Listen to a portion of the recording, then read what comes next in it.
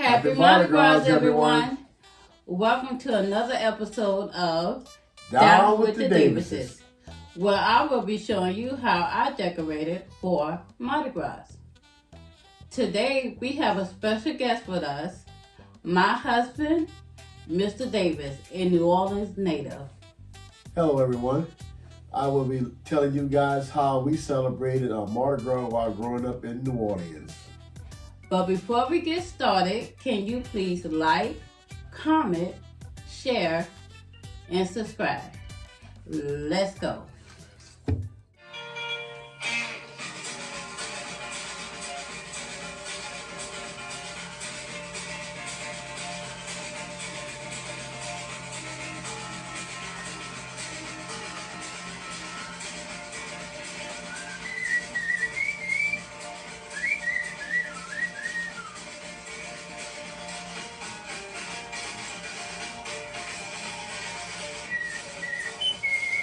Hello, everyone. If you don't know what that is, you're not from New Orleans.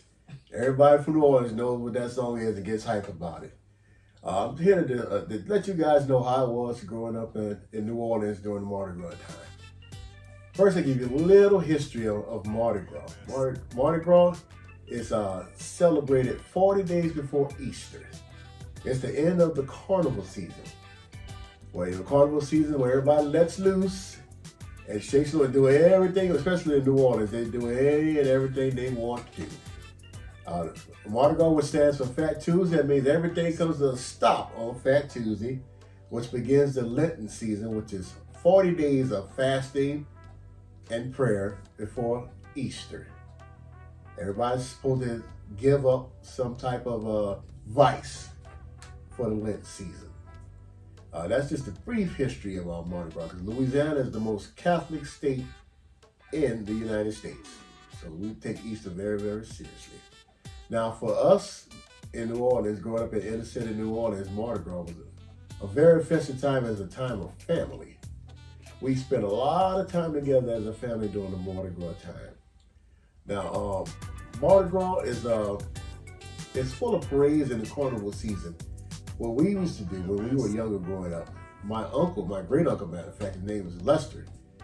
He used to stake out a spot on the parade route, which the floats travel down.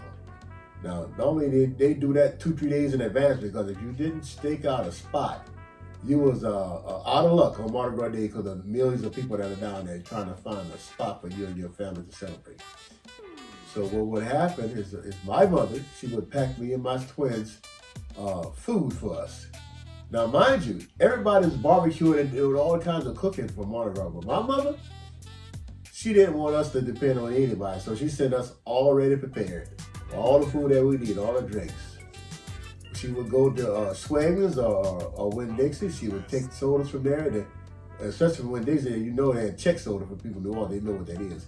She would freeze them overnight, and she'd wrap them in foil.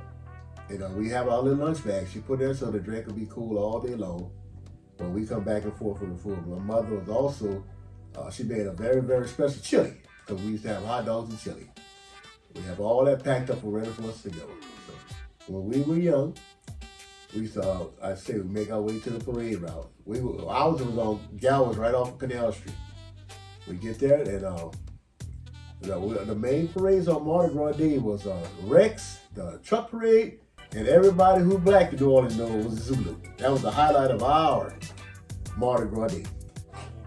We'd run up and down the streets chasing these floats, getting beads, coconuts, the blooms. We'd have a race to see who could get the most amount of beads, because there was a pharmacy in our neighborhood called Bynum's Pharmacy. Would give us a certain amount of money per pound of beads, so we'd be hustling for those beads. We would step on people's hands, they hit the ground, and take a chance to get it ourselves, to go back and get them beads, so we get that little bit of money from the Bynum's Pharmacy. Also, Popeyes used to have the blooms are little coins that are minted for the occasion. Now, Popeyes had the bloom. If you had a Popeyes the bloom, you could take that to Popeyes and they get you a free 2-piece. So obviously we're looking for those too. They used to pitch those things at us. But we had so much fun. It's one of my favorite memories growing up in New Orleans. We used to rip and run up and down Canal Street. Up and down, and nobody got in our way. All right.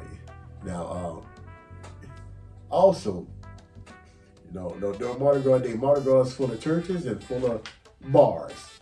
Now, Mardi Gras was the only day that us as youngsters could go in the bar. Obviously, legally, we obviously wasn't serving no alcohol, but we could actually set foot in the bar. Only on Mardi Gras Day could we do that. Now, I used to go in there and play pool. That's a whole other story. Because his mother owned the bar. Yes, yes, she did. Now, as I said, the Mardi Gras is a tremendous time to spend with family, and I also enjoyed taking my family to the parades when they got on. My kids and my wife. I had 2 kids that were born in New Orleans. The rest were born elsewhere. My wife is not from Louisiana, so it was all a new experience to her. But it was a wonderful time. It was a beautiful time to be raised in New Orleans. Beautiful time.